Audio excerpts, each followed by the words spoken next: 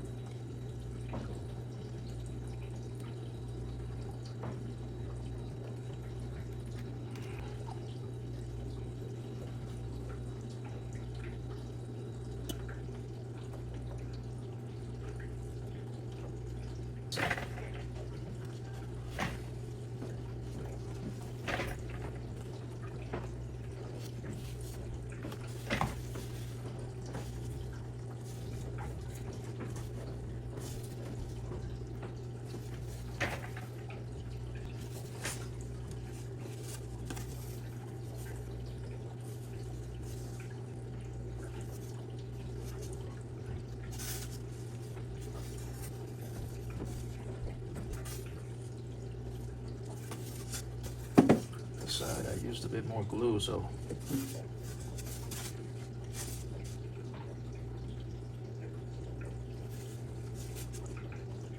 alright. So I'm gonna hold it like this and kind of eye it. A couple of wood screws inside. I'll drill a pile of holes first. It's all about drilling and screwing. Here's my screws. Got 4 of them. I think I'll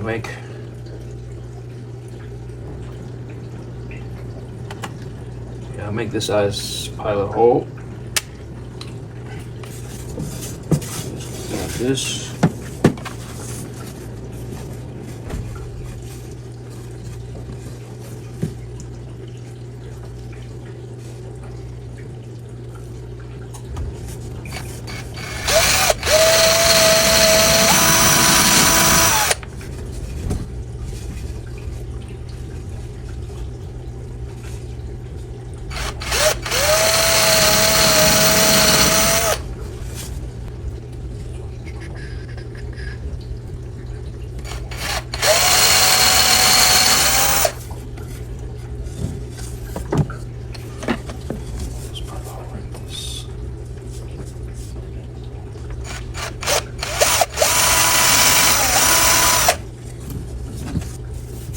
Screw from the bottom,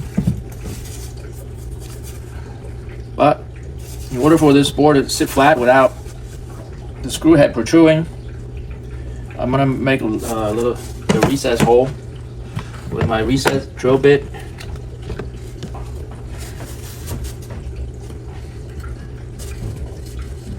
Just using my hand.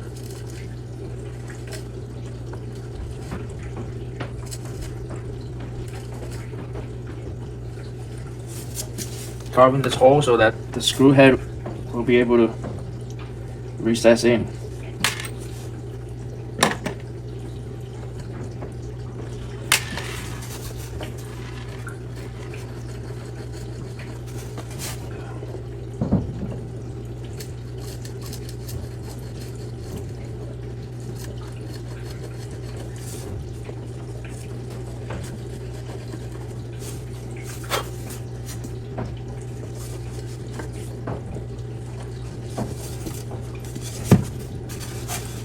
Remember back in the old days, before electricity and battery and portable drills, people used to have hand drills with cranks. Oh, I think I made that hole a little bit too big, but so yeah, even by hand and hand tools, I can make holes that are kind of big. Blow it out with my air.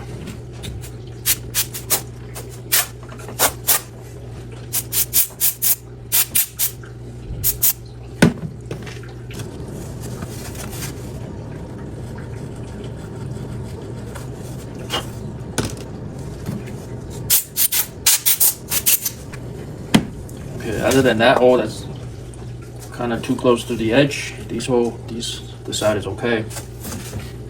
So now I'm gonna put my screw through. Put my screwdriver over here. I'm not laying this on the table yet because my super glue may not be completely dry, so I just lay it like this instead.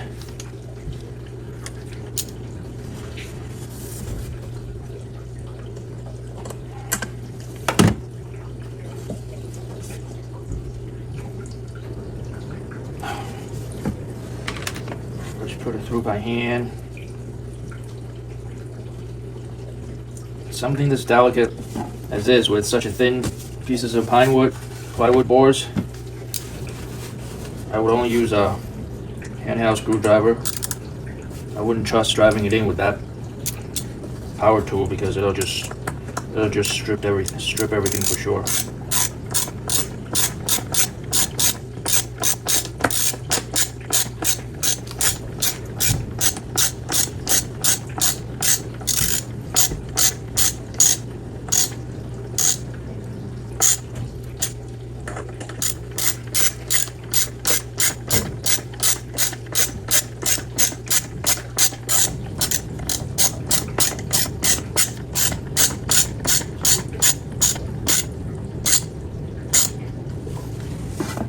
Not fully recessed in yet. Before I finalize that, I'll put this side in first.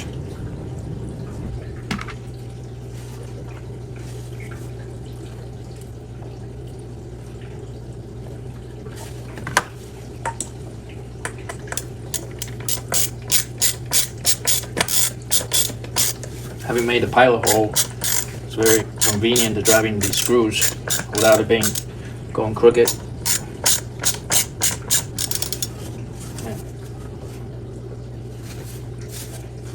I hope that wood block didn't move on me.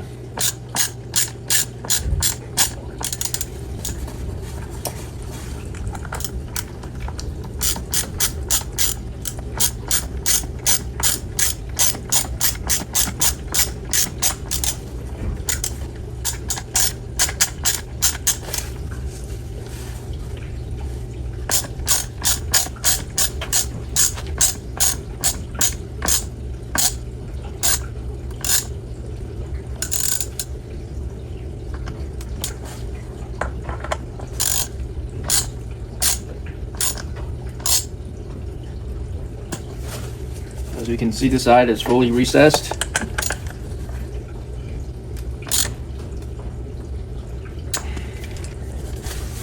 And I just recessed that top. Now recess these two bolts as well.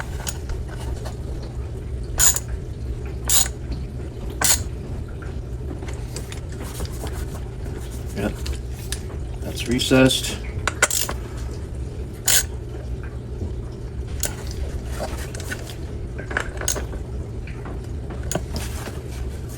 That's recessed.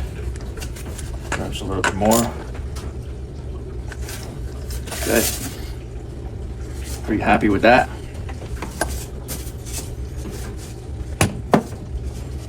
So I'm just gonna let it sit a little bit for the super glue to cure itself, because by driving these two screws in, I might have disturbed the glue. So I'll let it set up some more while I clean up my workbench, and then I'll put my rod through, see how everything works. Stay tuned. So I've gone ahead and stuck my PEX pipe through. It was a little tight. That was just right. I had to go in the one of the holes, particularly this side, and grind out some more because the opening was actually too tight on this side. After grinding some more, I got it to just the right amount of tightness where you're able to spin it with your fingers with adequate amount of force. So, but I'm gonna trim off this extra length of rod that's not needed. That's what I needed. PVC cutter. I don't know, I've had this PEX pipe sitting around for a big while now, a number of years. It seems like it's gotten pretty rigid. It's as rigid as similar to PVC pipes.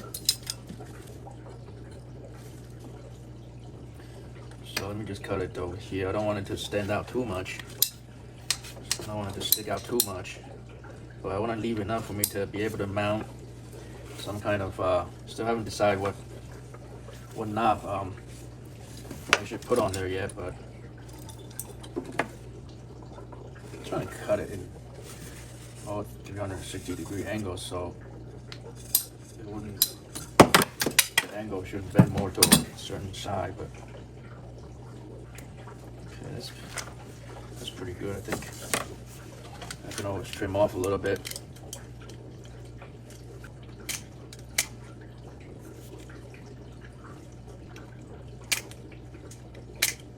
That's good enough to me. Right about the same length all the way around.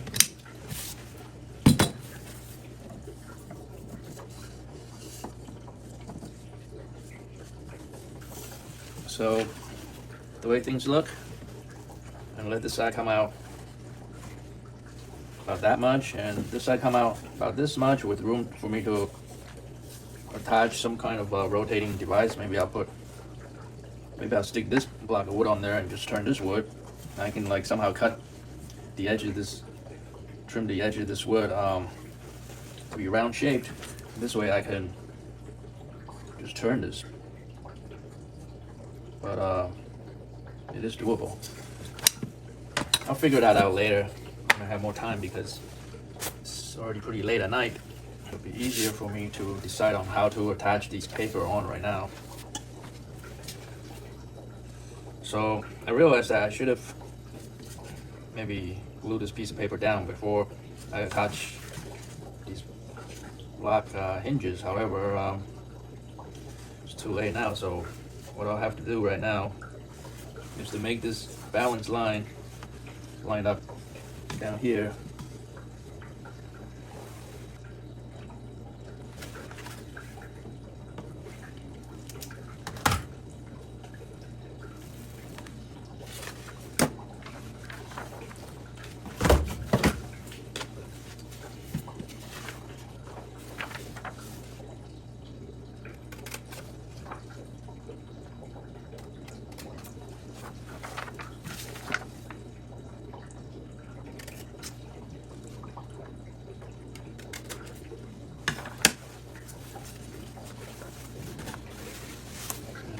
Pieces cut out. See how they.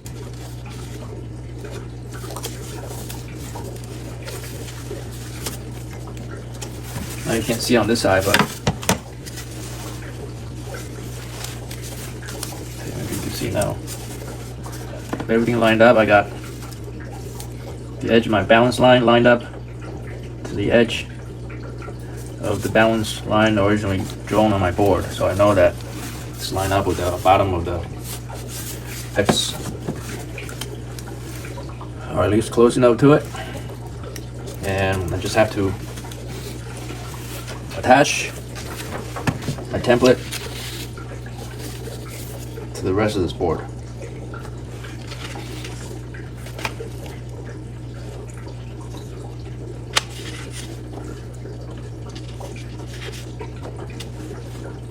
And since I got this edge,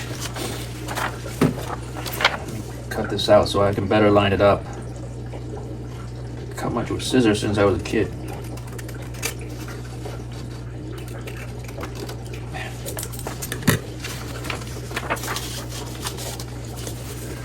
Alright, so basically I just have to line up the cut edge of the top sheet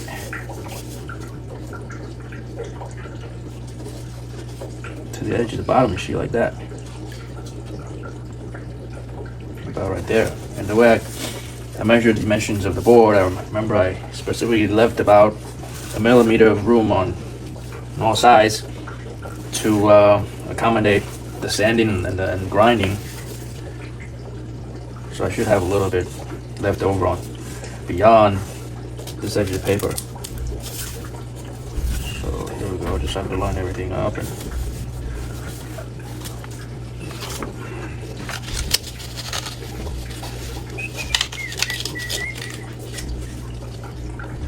And the easiest way right now would be for me to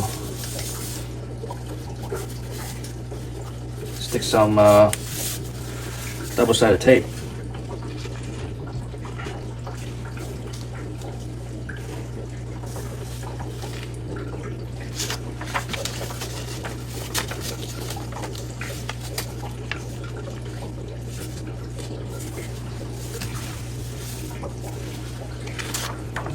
Good.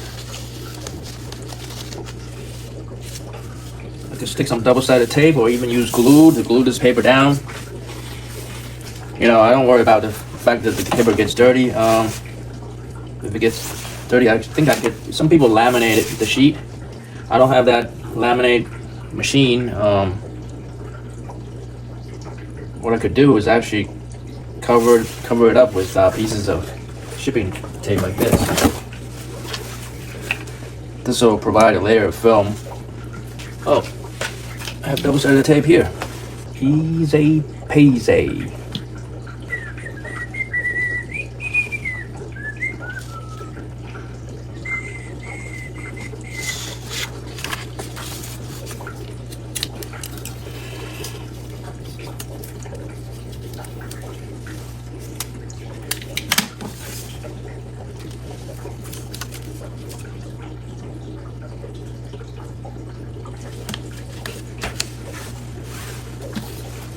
Like that.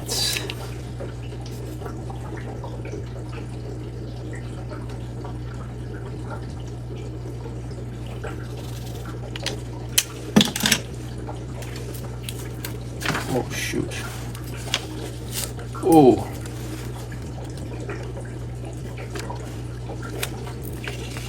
Almost destroyed my paper.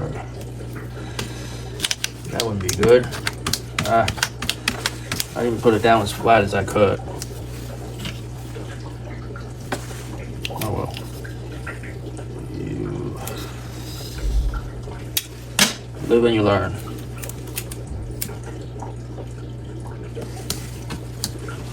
Oh, that time's much better.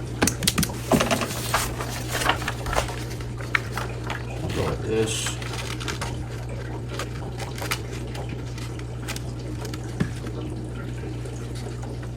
The edges line up.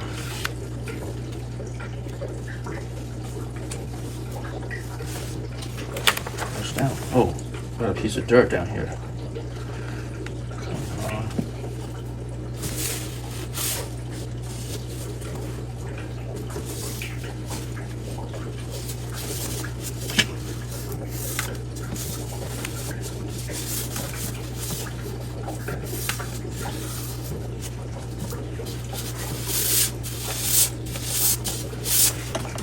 Alright, looks like that trick worked, and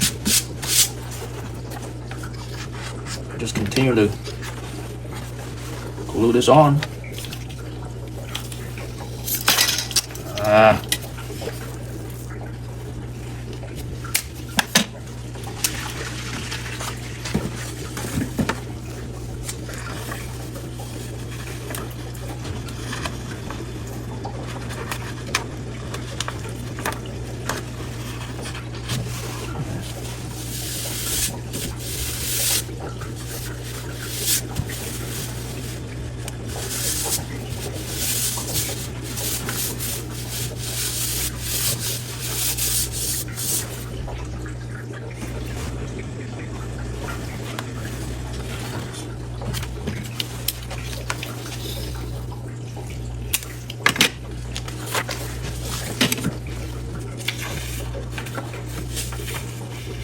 This one I just put on the wood instead.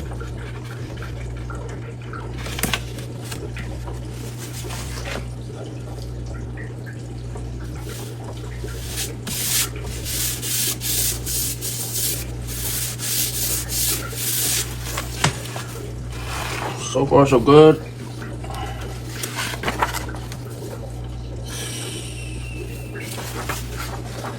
Oh, now we got a problem.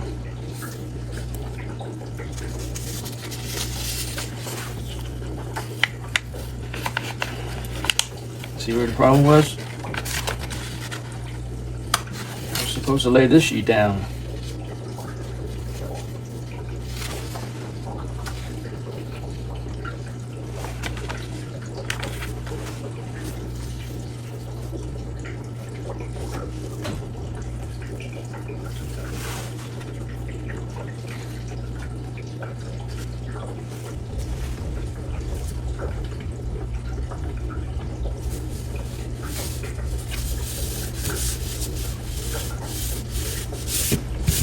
Perfect. Can't even tell where the top sheet ends and the bottom sheet begins. All right. Finish putting this double-edged tape down first.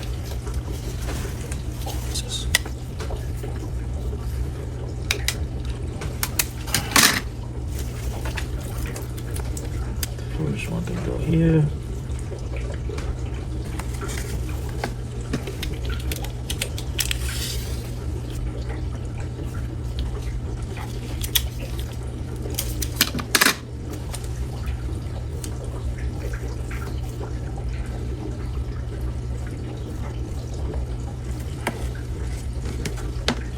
Second one goes there.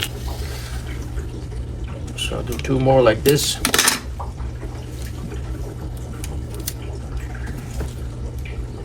Cut this one a little bit too long, but so be it.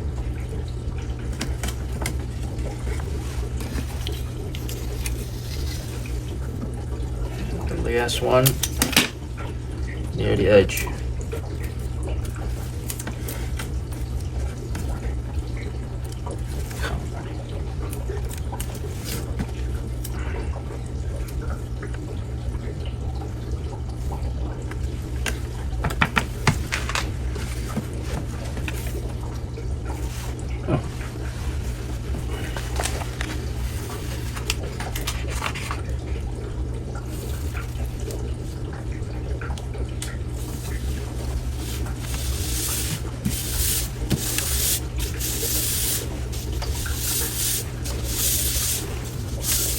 That's it. Got my balance board in business. This is as good as it's gonna get. It's on there.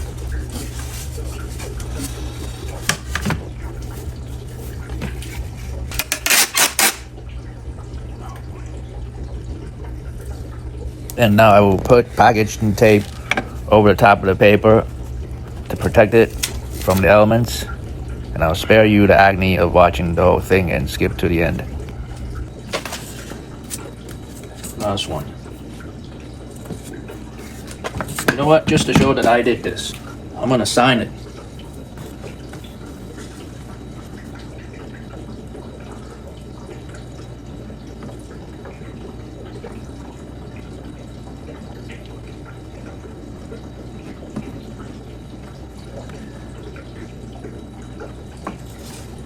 Here you go. Let's get stringing.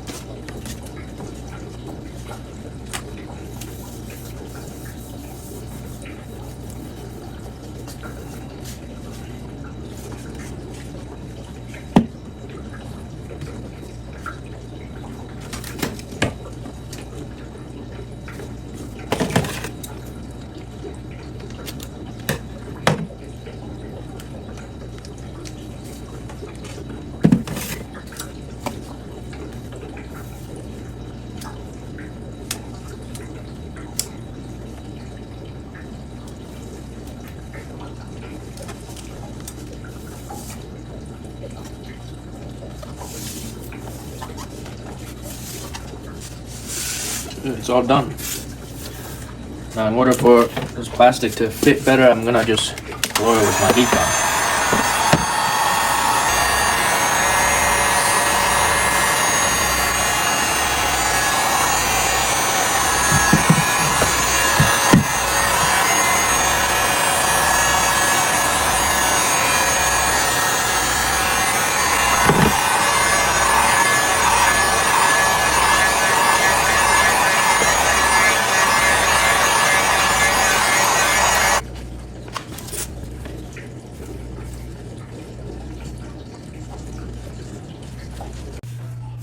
Alright, here's the big reveal for the moment of truth. Got my balance board over here, but before I measure with my go-to racket over here, I will show you how I used to measure my balance, I would lean it against my table, whether it be this table or my other coffee table in the living room with a straight edge. I would make sure that it's perpendicular to the edge of the table, and I would move the racket slowly outwards until it's about to fall. Basically find the balance point, like so. As you can see, I'm very close to it now. Okay, so I'm close to it without it falling. Now it wants to fall, so I'm push it in just a tiny bit more. So basically get to a balance point where it's just sitting very weakly on the table, and then I would measure the distance from the edge of the table to the end of the butt cap from both sides of the handle. This way it ensures that the racket is really sitting 90 degrees and that it's not crooked, that it isn't crooked, because if it's crooked, then one side is going to measure different from the others. That's why I do it from both sides. So the way it looks right now is 12 and just under 12 and 3/4 on this side, and from this side it's right at 12 and 3/4, so I could push it over more, so I'm at under 12 and 3/4 on that side, 12 and 3/4. So yeah, both sides are about 12 and 3/4 or just a tiny bit shy of it. Let's double check readings from this new balance board I just made up. So as you can see, it leans on my tabletop or any flat surface pretty easily. Okay, make sure that this end won't fall off the table, so I'll move it over some. So I'm rotating this knob with my left hand. I'll continue to move leftwards. Try this again. Oh. I'm just keeping it down so it won't fall with my finger over here. It's wanting to fall, so I bring it back. Oh, right there. Oh.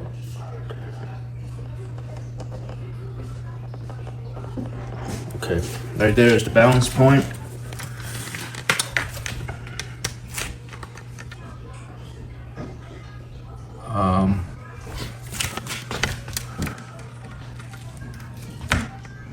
On the inch scale, it's right at that's right at 12.75, which agrees with my manual measurement with the measurement tape over there. And if we look at it on a centimeter scale, it looks like it's 2 ticks shy of that long one, 2 ticks shy of 32.5, so that's 32.3. 32.3. The closest reading on the reference chart is the 32.39, which is 6 points ahead light. So 32.3 it is. We could also quickly find out what my Prince Warrior racket is. I remember a while ago I customized this racket to be pretty close in spec compared to my Pure Rafa. So let's find out.